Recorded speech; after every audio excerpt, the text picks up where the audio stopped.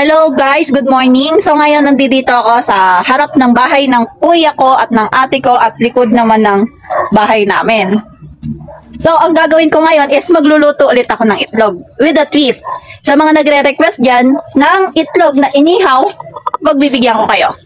With a twist, itlog ng pugo, iihaw ko ngayon. Yan, nagpa-set up ako kay mama ng ito. Yan. So, sa mga curious dyan at nagtatanong ko anong resulta ng itlog kapag ka inihaw, eto, tignan natin sabay-sabay.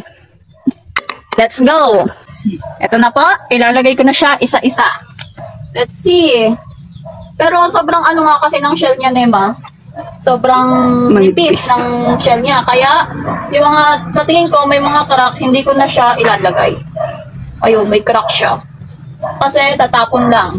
So, sayang. Inihaw na itlog na pugo. Ano kaya ang itsura nga? Di ko rin talaga alam eh. Alamin natin sabay-sabay. Wow! Isa-isa kasi nga, may mga basag siya.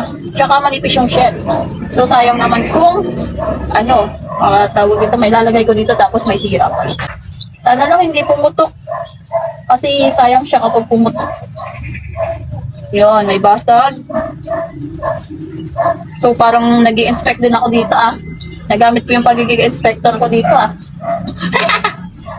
Yun. Pero sa tingin mo ba, dapat hiwa-hiwalay sila? Or okay lang? Ganyan lang. Okay lang. Okay. First time ko yata gagawin to.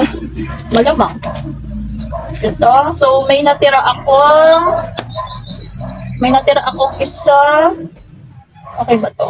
Hindi ko okay. May natira akong isa, dalawa, tatlo. As you can see, may mga sira sila. Kaya hindi ko na sila gagamitin. So, antayin natin. Pay.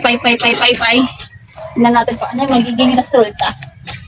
Kala nyo, di ko kayo kayang pagbigyan Pagbibigyan ko kayo. Tsaka, syempre, gusto kong pinapatunayan sa inyo na talagang magaling ako sa lahat ng bagay, lalo na sa pagluluto. Maliit na bagay, caring. Ako pa ba? Hindi na yata to. Dahil hindi kami nagkikihaw, wala kaming pamaypay para dito. Pamparingas na pamaypay pa. Double purpose.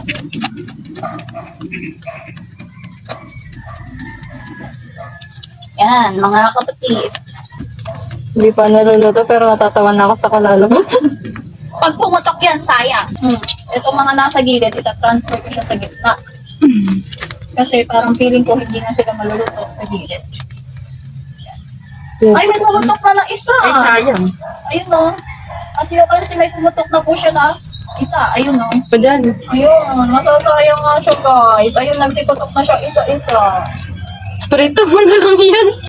Nagsiputok sila. Sayang. Wala na matitira dyan si Dina. Konti lang yan naman.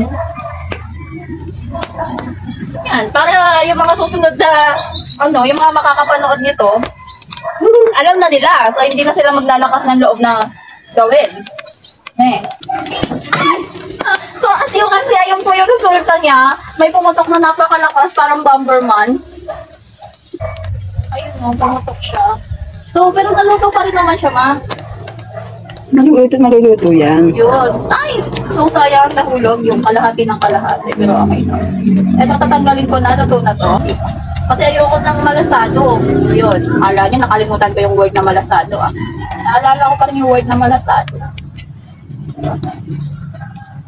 Ay! Napakagaling. O, bakit ka tumatawa, Dada?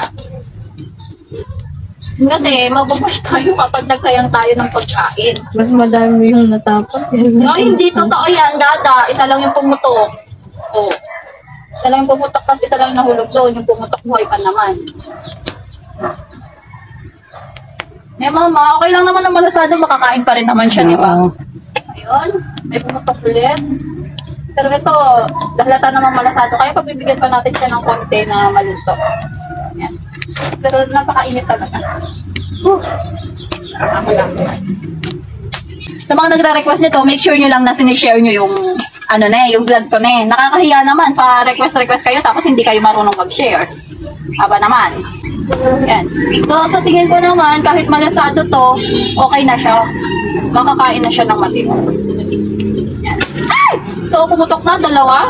Pero yung kanina is nahati. Ngayon is okay lang siya.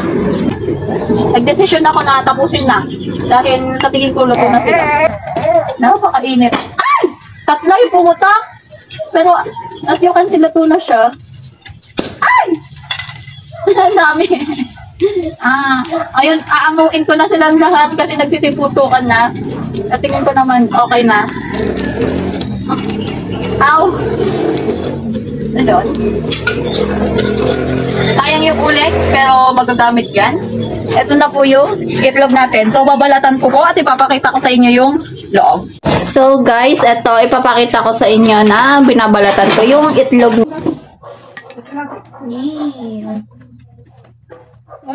So guys, ito na po yung itsura ng inihaw na itlog. So edible pa rin siyang kainin. Nilagang